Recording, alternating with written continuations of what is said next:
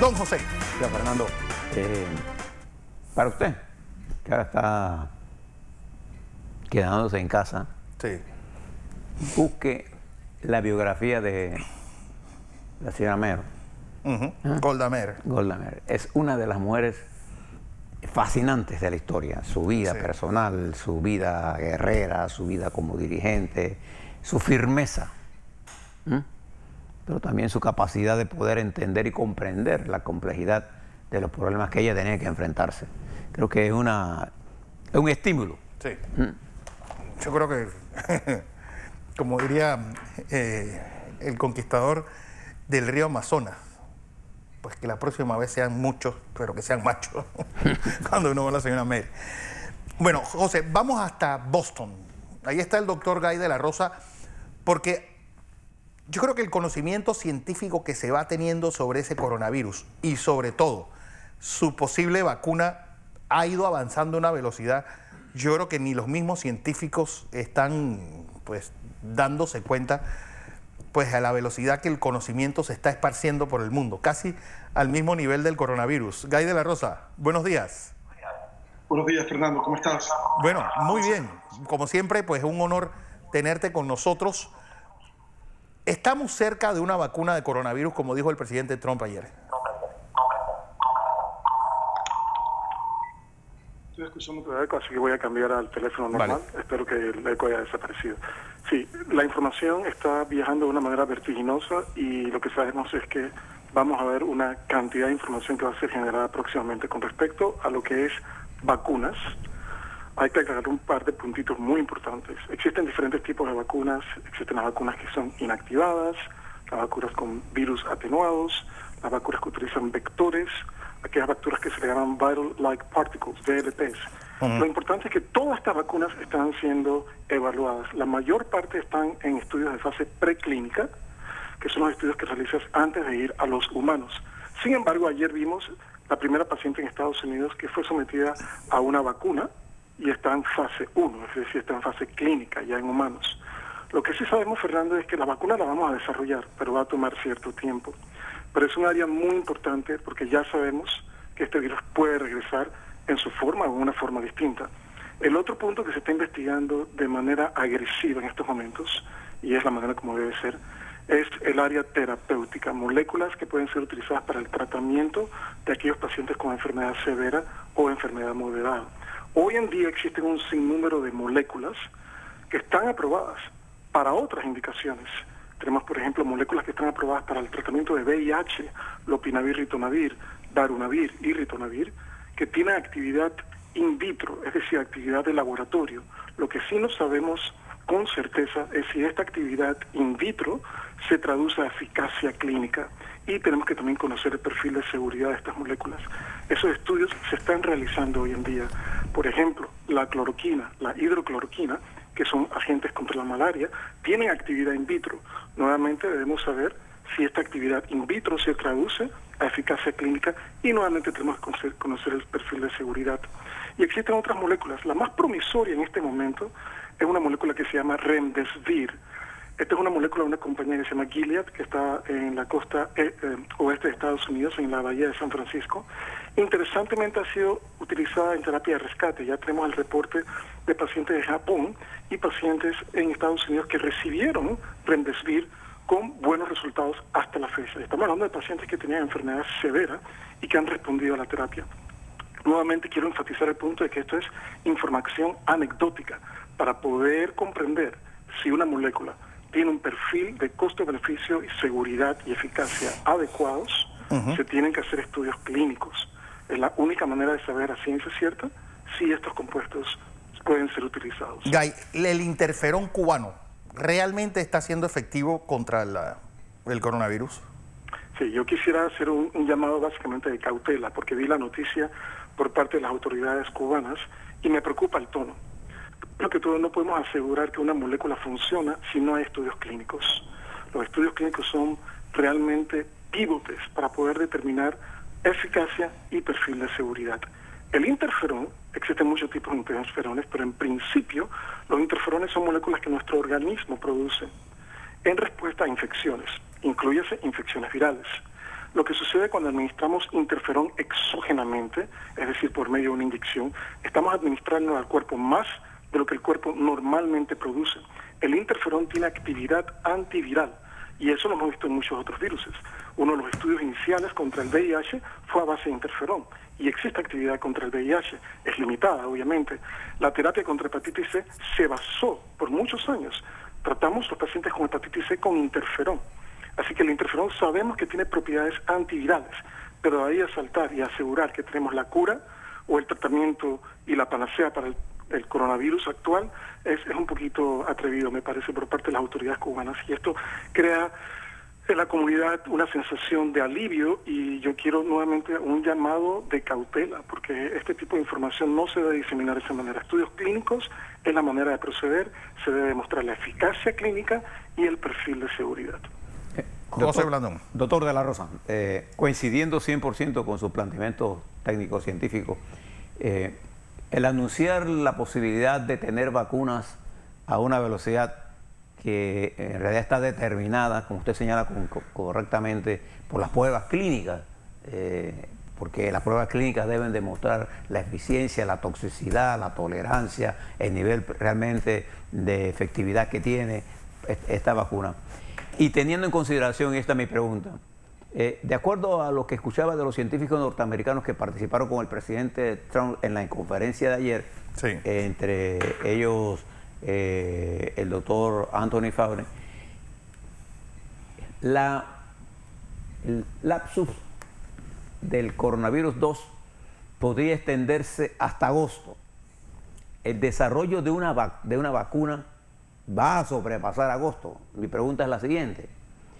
Antes de que se produzca una vacuna, los países como nosotros, Estados Unidos, etcétera, deberán desarrollar estrategias para contener el virus, porque no hay vacunas, no hay curas, ni tampoco tenemos el conocimiento molecular del comportamiento del virus, porque es un virus nuevo. ¿No le parece? Correcto, completamente de acuerdo con su planteamiento. Y el presidente Trump fue claro acerca de esto, y Anthony Fauci lo ha sido muy claro desde el principio. Existe la posibilidad de que la epidemia a nivel local se extienda hasta agosto. Las implicaciones en cuanto a salud, las implicaciones en cuanto a infraestructura de salud, las implicaciones en cuanto a economía, el impacto económico pueden ser muy severas. Entonces, en este caso, se trata sin vacuna, sin terapias aprobadas que sabemos que pueden funcionar en los casos moderados y severos. Se trata básicamente de mitigar al máximo la expansión y la diseminación del virus. Por eso es muy importante que la población dé todo lo que tiene que hacer para prevenir esta expansión. No se trata no solamente de las pautas que establece el gobierno a nivel local, sino que cada persona tiene que contribuir. Esto es un asunto de conciencia social, conciencia cívica en este momento. Es una pandemia que nos está afectando a todos. Entonces eso es un llamado muy importante a la población.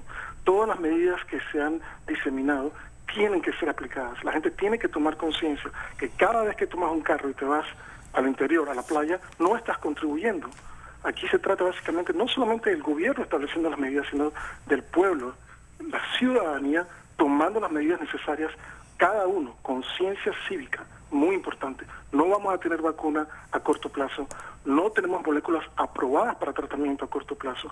Existen protocolos que utilizan lopinavir, ritonavir, existen protocolos que utilizan básicamente inhibidores de proteasa contra VIH, que son medicamentos que existen.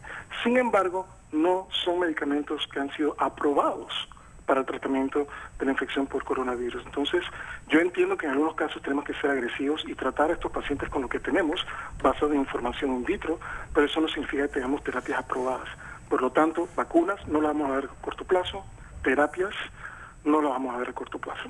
Y esto de la expansión es muy importante porque algunas personas asumen, bueno, existe la posibilidad de que la epidemiología del virus sea modificada por cambios climáticos.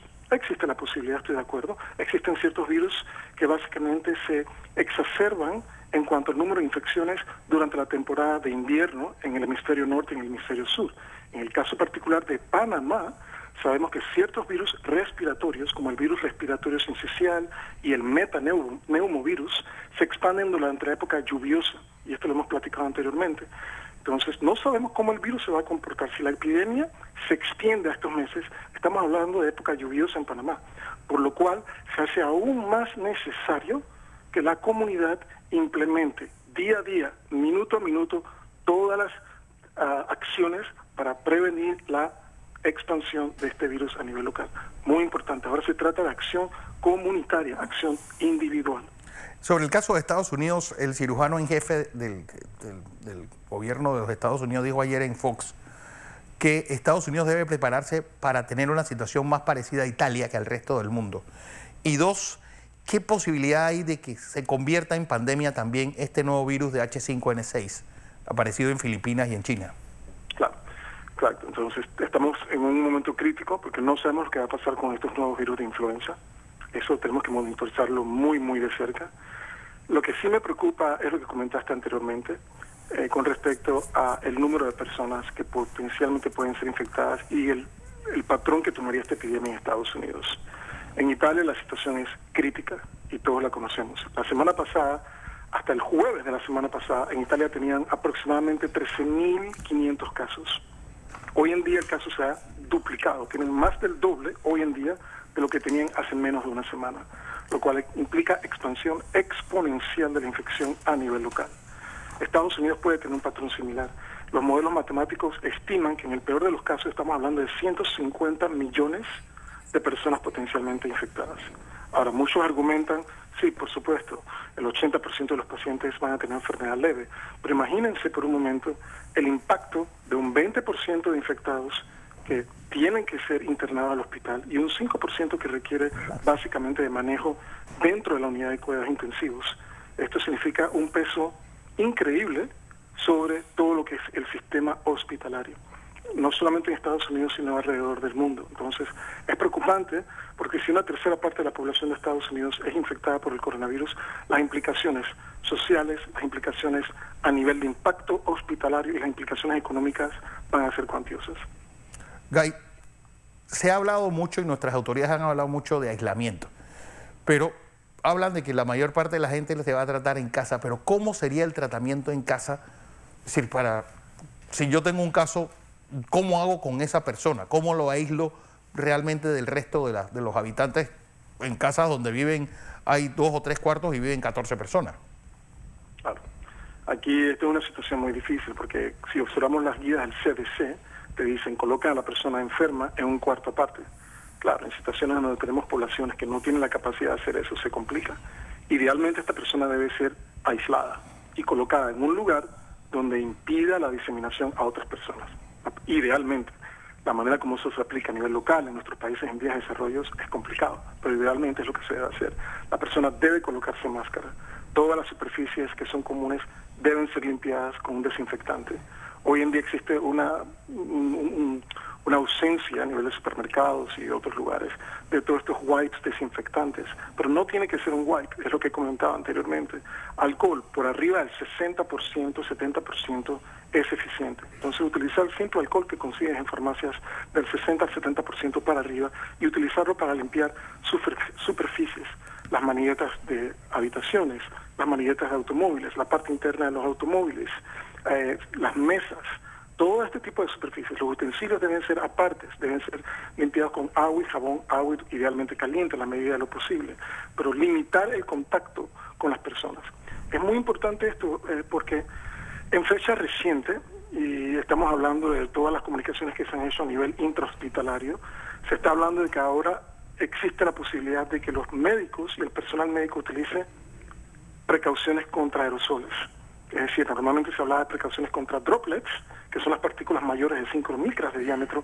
Hoy en día se está hablando que deben utilizar aerosoles, precaución contra aerosoles. Es decir, la máscara N95 más las precauciones de contacto, la bata y los guantes. Ahora imaginémonos esto a nivel intradomiciliario. Entonces, tenemos un problema porque no vamos a poder darle máscaras N95 a todas las personas que viven con una persona enferma ya diagnosticada con el coronavirus, por lo cual las medidas anteriores de las que he comentado se hacen totalmente necesarias. Lavado de las manos frecuentes, limpieza de todas las superficies posibles, comunes, que todo el mundo está tocando, utilizar alcohol por arriba del 60 al 70% y ser sistemáticos con el distanciamiento social. Esto funciona. y ya existen publicaciones con modelos matemáticos que claramente indican que el distanciamiento social funciona y hay que aplicarlo. El problema es que estas reglas no funcionan si las aplico hoy, pero no las aplico en 2 horas. La única manera que estas maniobras funcionen es aplicación sistemática. La gente tiene que utilizarlo sin excepción. En el momento en que se rompe la regla, puede ocurrir básicamente contagio. Pero en nuestro medio, con las limitantes que tenemos, es muy difícil aplicarlas, pero hay que hacerlo en la medida de lo posible. Y esto es un llamado a la comunidad. Doctor, permítame una pregunta. Usted ha seguido de cerca lo que está ocurriendo en nuestro país, en nuestras autoridades de salud que se han organizado y el gobierno se ha organizado en diferentes frentes para abordar esta pandemia en una forma sistemática. Panamá está siguiendo las normas internacionales de la Organización Mundial de la Salud para enfrentar esto en la mejor forma posible. Desde afuera, y siendo usted panameño y profesional, ¿qué cosas nos recomendaría a nosotros hacer, además de esta estrategia que ya ha puesto en marcha el gobierno nacional? Claro. A mí me agrada muchísimo la idea que establecieron las pautas para la restricción de vuelos internacionales. Yo he sido un fuerte proponente de esto desde el principio. Hoy en día tenemos modelos matemáticos, los cuales he diseminado con colegas en Panamá, que claramente demuestra que esto funciona. Si Estados Unidos no hubiese aplicado estas reglas desde el principio, hoy tendríamos un número de casos mucho mayor, exponencialmente mayor. Con respecto a lo que sucede en Panamá, externamente me parece que están tomando las medidas adecuadas. Converso y platico con colegas que trabajan en Panamá, médicos que trabajan en Panamá, y me parece que las medidas en su mayor parte han sido tomadas y han sido accionadas a nivel local. Lo que sí me preocupa muchísimo es el hecho de que la comunidad no ha tomado conciencia. He visto fotos y he recibido información por parte de colegas y amigos en donde veo un sinnúmero de personas transitando libremente hacia el interior de la República y hacia la capital. Y esto no puede ser.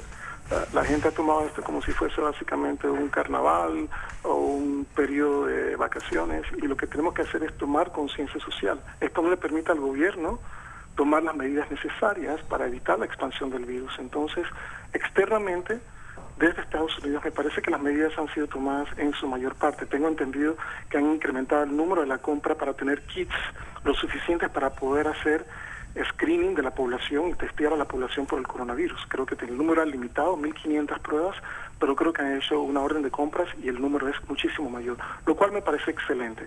Entonces, están promoviendo las medidas necesarias a nivel individual, a nivel comunitario, han cerrado la entrada de vuelos provenientes de países que tienen un problema significativo con coronavirus. Me parece que están diseminando la información en cuanto a cómo debe protegerse la población, y eso es excelente. Externamente me parece que están tomando las medidas correctas. Sin embargo, lo que me preocupa es a nivel de la población. Y es posible que sean criticados mis comentarios, porque estoy haciendo un llamado fuerte a la comunidad, pero nuevamente, esto es importante, si la comunidad no pone de su parte, el gobierno no va a poder accionar esto de una manera eficiente, de una manera eficaz. Gay, esta fórmula de 5 unidades de cloro una unidad de cloro por 5 de agua para usar en las entradas de las casas y utilizar eso como un atomizador para limpiar pomos y superficies donde pueden refugiarse el coronavirus, ¿es lo más adecuado? Sí, yo estoy en pro de cualquier desinfectante que pueda ser utilizado, inclusive lo que acabas de comentar, con ese tipo de dilución. Totalmente de acuerdo. Lo que debemos recordar es hay que utilizarlo para desinfectar superficies. Como habíamos comentado anteriormente, en superficies plásticas y en superficies de acero inoxidable, el virus puede vivir hasta 3 días. Entonces, esto se convierte en una fuente de contagio para otros. Se utiliza alcohol por arriba del 60%, se utiliza una dilución de Clorox, se utiliza wipes desinfectantes, excelente, pero hay que utilizar algo que funcione.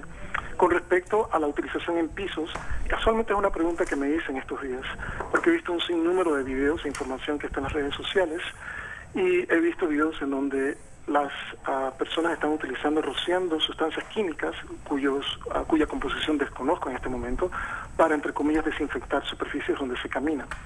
Yo conversé con una colega muy estrecha amiga mía que hizo el entrenamiento, la especialización en infectología en Houston hace muchos años atrás, Ella es japonesa, trabaja en Japón. De hecho, ha sido entrevistada en múltiples ocasiones por la radio y la televisión en Japón. Es una persona muy respetada. Le hice la pregunta si en Japón han utilizado esto que he visto que lo han utilizado en China y en otros países. Y su respuesta categóricamente fue que no lo han utilizado en Japón. Eso fue lo que me comentó telefónicamente.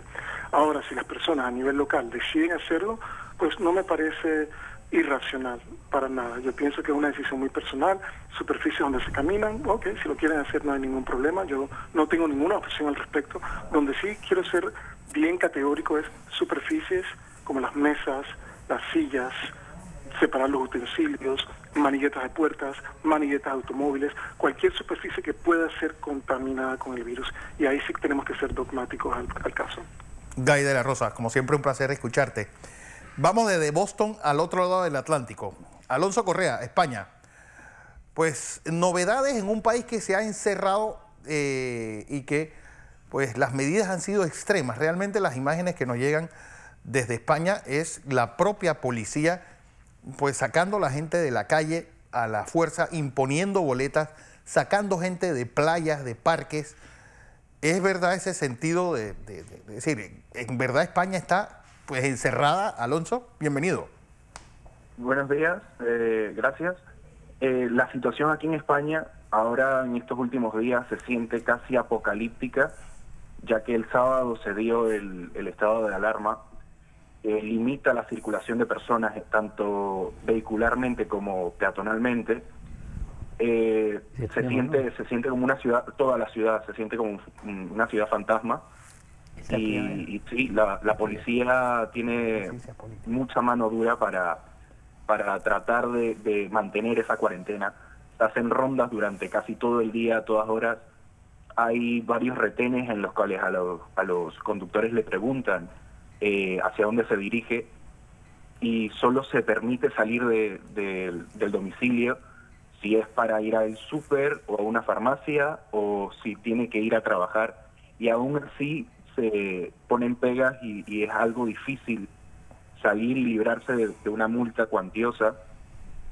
Pero es que este estado de alarma ya lo aceptó tanto el presidente Sánchez como el ministro de Transporte, Movilidad y Agenda Urbana, José Luis Ábalos, el día domingo, de que esta crisis tardará mucho más de 15 días y se tendrá que prorrogar este estado de alarma. Sobre todo lugares donde la Semana Santa es un acto turístico, un acto de interés en muchas ciudades mundial. ¿Se ha hablado ya de la suspensión de estos actos? Ya, por lo menos en la comunidad autónoma de Castilla y León, donde la Semana Santa también es especial, ya se canceló. En Andalucía están debatiendo todavía si cancelan esta festividad. Pero es que solo hay que ver los casos y no solo la cantidad de casos, sino la rapidez con la que crecen. El día de ayer teníamos 9.942 casos y el día de hoy el Ministerio de Sanidad actualizó sus datos y tenemos un total de 11.178 casos.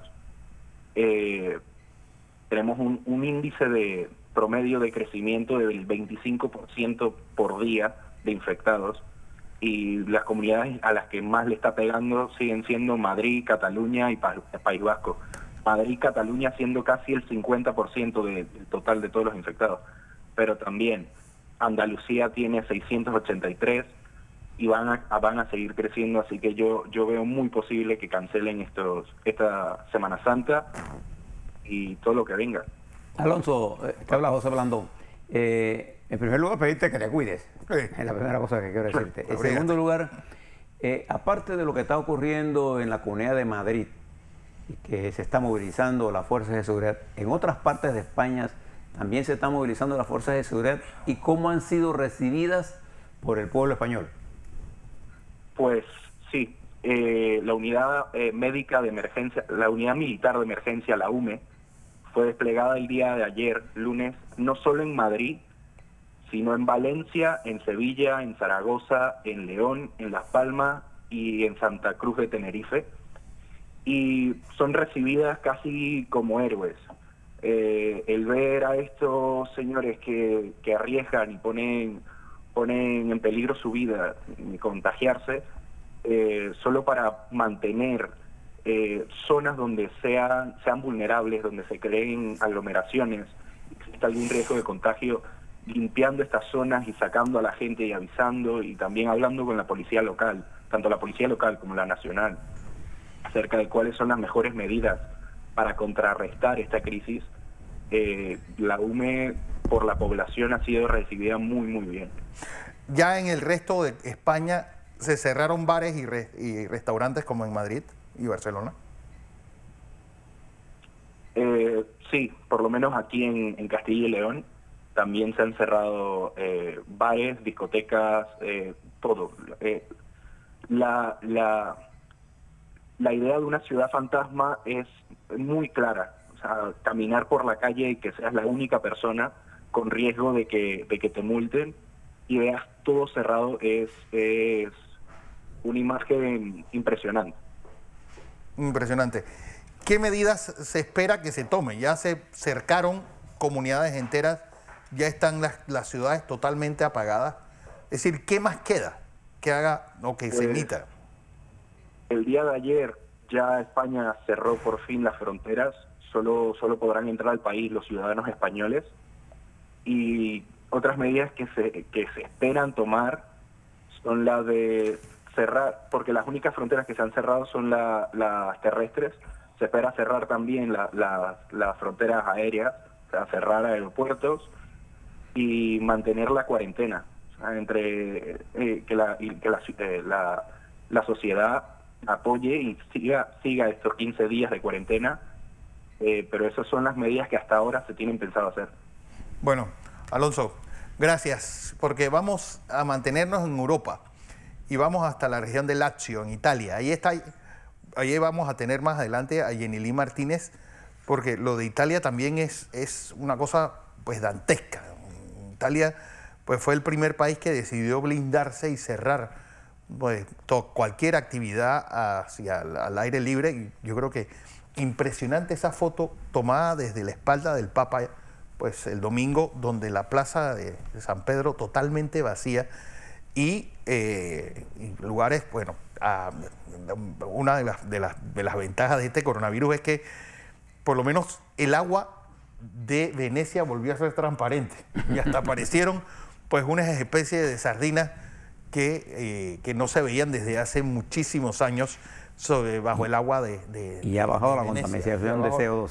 Sí, no, en todo el mundo. En todo el mundo, yo creo que una de las pocas cosas buenas que está pasando es que se ha disminuido la polución en las ciudades y, bueno, lo de China, las imágenes satelitales donde se ven ya pues ciudades que tenían rato de no verse por esa con esa capa de polución que tenían sobre sus cielos. Así que, pero Italia, el país que tiene el doble de proporción del resto del mundo, de la cantidad de contagiados versus la cantidad de fallecidos debido al coronavirus. Italia, ¿qué ocurrió en Italia para llegar a esa fatalidad y a esos números tan pues dantescos? Más de 7.000 fallecidos en Italia, casi 30.000 contagiados, y es uno de los sitios donde pues el mundo le está prestando atención y se está usando de referencia como malas políticas llevadas a cabo tardías por parte de las autoridades, y es donde más han recibido críticas. Así que por eso es que quiero hablar con esta panameña, periodista, residente en Italia desde hace pues más de 20 años, ex periodista de KW Continente hasta antes de irse a vivir a la región de Lazio, que es el área que es como la comunidad autónoma o la provincia donde está alrededor de Roma. Así que es la situación en la mitad de Italia, donde pues no está tan crítica como en la Lombardía, que en toda el área norte, pero sí todo el país está en una emergencia, una urgencia realmente en su máxima expresión, porque, como les ha dicho, es el país con la mayor cantidad de relación entre contagiados y fallecidos, pues lo que lo hace pues más vulnerable, sobre todo porque es uno de los países que tiene la población más anciana de Europa.